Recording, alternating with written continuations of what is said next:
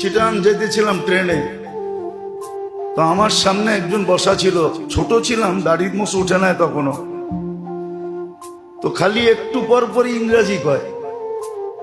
কি মানে হুজুর পাইছে না, আরো মাদ্রাসার ছাত্র জোলাইতেছে, জোলান বোঝেন তো, ঢাকায় শব্দ। তা আমি একটু পরে আরবি শুরু করছি, তখন আরবি ভালো পারতাম, এখনো পারি।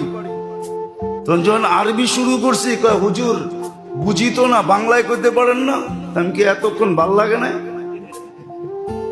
একটা ভাষাই তো জানেন, এটা বলা শুরু করছেন, আমি তো আরো 4টা জানি, ফার্সি জানি, হিন্দি জানি, উর্দু জানি, বাংলা জানি, আরবি জানি। তো পরে কয় হুজুর মনে কিছু নিয়েন না, তো দেখবেন মাঝে মাঝে ইংরেজি কয়। হুজুর দেখলে আরো বেশি কয়, ঠিক না? মনে করে নলা একটা পাইছি, যা কইতে পারি, ঠিক না? নলা বোঝেন তো, এটা কিন্তু ঢাকায় শব্দ আর কি, ঢাকার বাইরের মানুষ নলা বুঝবেন না, ওটা পুরান ঢাকার মানুষ বুঝবো নলা কারে কয়। তো যেটা বুঝাইতেছিলাম ভালো মতে বোঝেন, কাজে দিব, যার কারণে এত কিছু পাইলেন। কয়টা বানাবো আমি আপনাদেরকে?